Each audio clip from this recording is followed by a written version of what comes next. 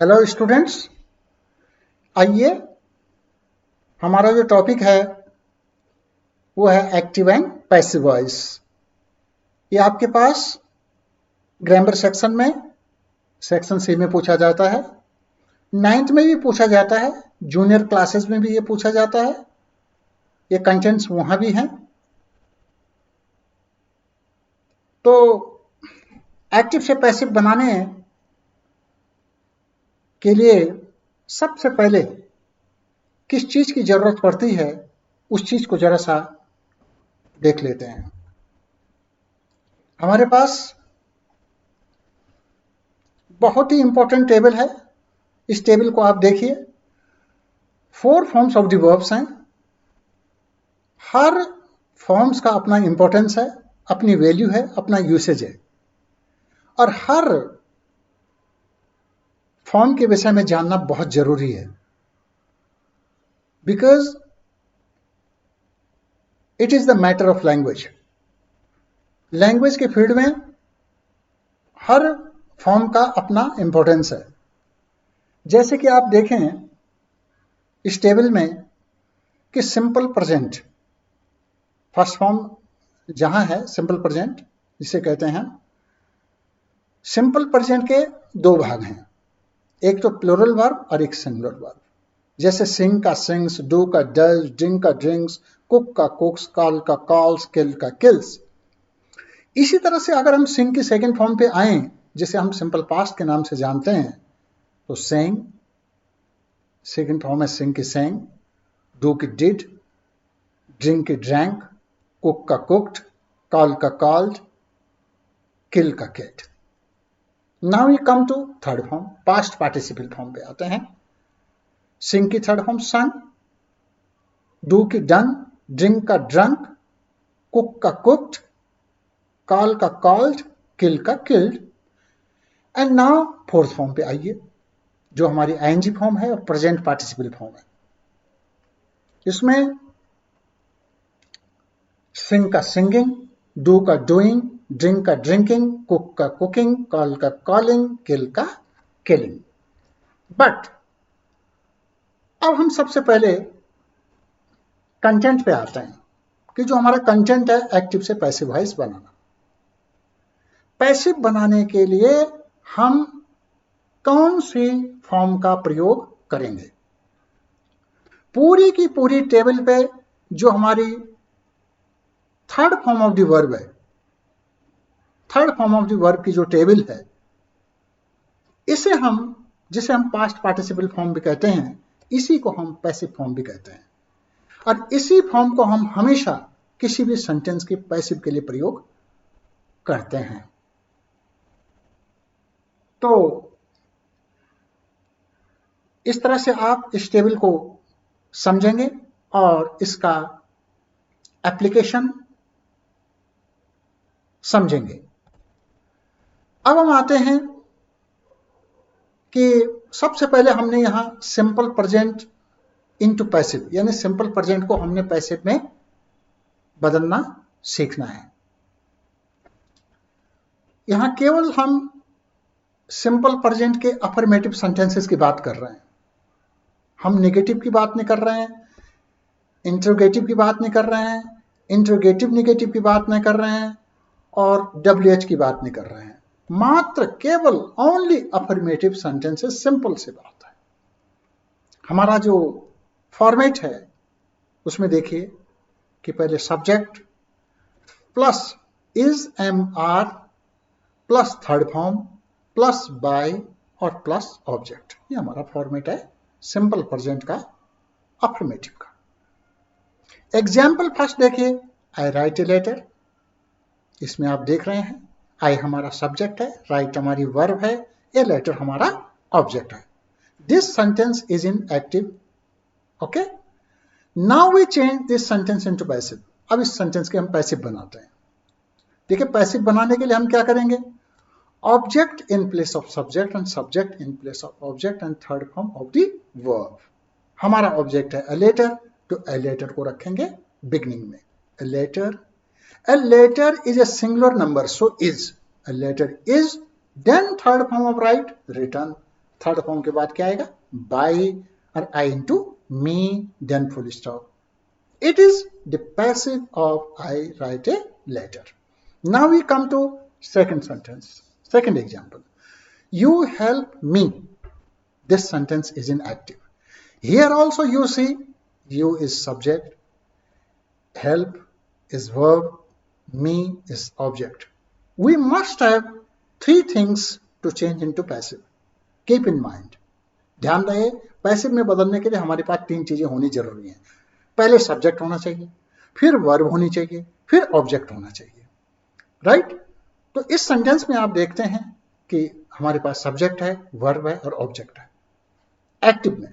अब पैसिव में कैसे बदलेंगे, ऑब्जेक्ट को सब्जेक्ट की जगह पे, सब्जेक्ट को ऑब्जेक्ट की जगह पे और वर्ब की थर्ड फॉर्म का प्रयोग करेंगे.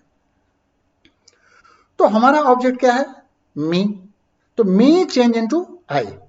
बिगनिंग में मी को आई में चेंज करके रख देंगे. I is always followed by am in simple present.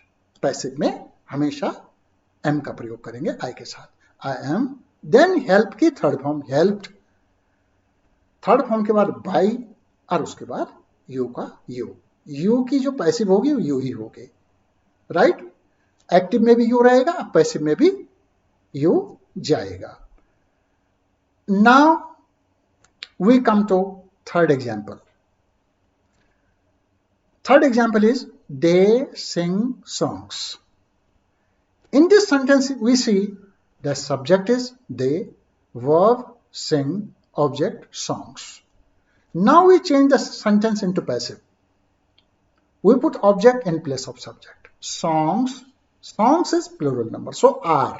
Songs are, then third form of sing, sung, then by, third form के बाद by, then they into them and full stop. It is the passive of they sing songs. Right? I hope you must have understood from these examples or through these examples of simple present. Now we come to simple past into passive. इसमें भी हमने format दे रखा है और केवल affirmative sentences के विषय में फॉर्मेट दे रखा है. इसे भी समझ लेते हैं. फर्स्ट एग्जांपल को समझिए, पहले फॉर्मेट को समझिए. Subject plus was oblique were, दोनों में से किसी एक को, plus third form plus by plus object.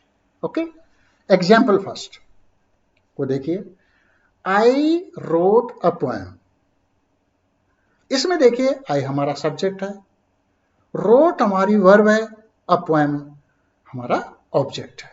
Same उसी तरह से object in place of subject, subject in place of object and third form of the verb. Right? अब हमारा ऑब्जेक्ट क्या है, अ पोएम. अ पोएम को उठाइए और बिगिनिंग में रखिए. A poem then was, because a poem is a singular number, so was. A poem was, then third form of write. क्योंकि यहाँ पे wrote है, सेकेंड फॉर्म है तो हमें थर्ड फॉर्म प्रयोग करने हैं, तो राइट की थर्ड फॉर्म क्या होती है, रिटर्न. अब थर्ड फॉर्म के बाद क्या लगाना है, बाई एंड आई इंटू मी. आई को जब पैसिव में चेंज करेंगे तो मी हो जाएगा. राइट? तो it is the passive of I wrote a poem.